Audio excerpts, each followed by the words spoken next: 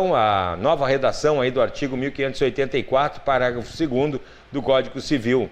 Artigo 1584, a guarda unilateral ou compartilhada poderá ser, daí a gente lê ali embaixo, ali, né, a redação dada pela Lei 11.698 de 2008.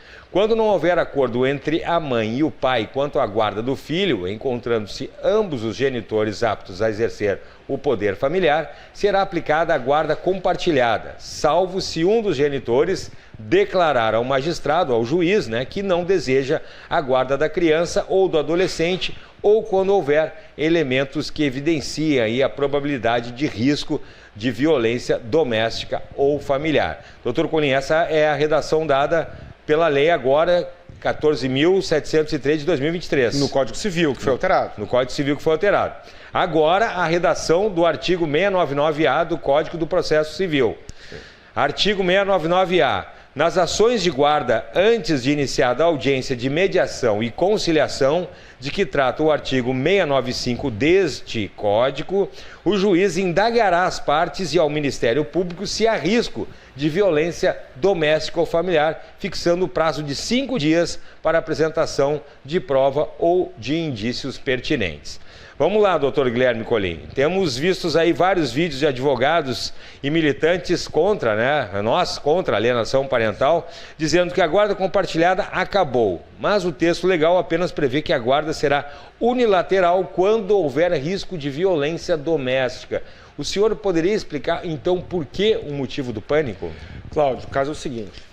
Nós temos um texto legal neste ponto, neste caso específico, um texto legal que não leva em consideração o gênero. Mas nós temos um contexto de normas, um conjunto de normas e uma forte jurisprudência que não é imparcial. E no direito uma coisa vai levando a outra e fica muito fácil ir construindo cenários. A Lei Maria da Penha, ela prevê proteção apenas para um dos gêneros, apenas para a mulher. E ela prevê regras processuais que inibem o contraditório. Então, começou com o seguinte: a medida protetiva ela não tem efeito condenatório, é apenas um efeito protetivo.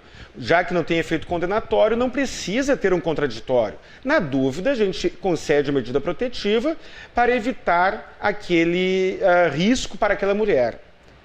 Começou assim. Aí depois se estendeu o risco, o conceito de violência doméstica para a violência psicológica, que é um conceito muito vago. E aí, levando em conta que não existe contraditório na Lei Maria da Penha, existe um contraditório muito, muito frágil, quase uma presunção da narrativa da mulher. Considerando que existe um grande conflito de interesses em que a pessoa que obtém uma medida protetiva, muitas vezes, está agindo de olho não na proteção, mas de olho no imóvel, de olho agora em benefício previdenciário, que também já falei aqui sobre isso, e assim vai. Nós temos a vara de violência doméstica lotada de medidas protetivas com base em fundamentos, com base em alegações que não se confirmam mais tarde. Só que aquela medida protetiva está lá. Pois é. E aí agora o que acontece? Na discussão de guarda, a mulher terá a opção de já iniciar a discussão munida de um documento, né?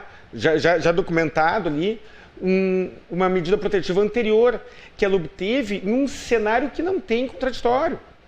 Então, o nosso primeiro problema é esse.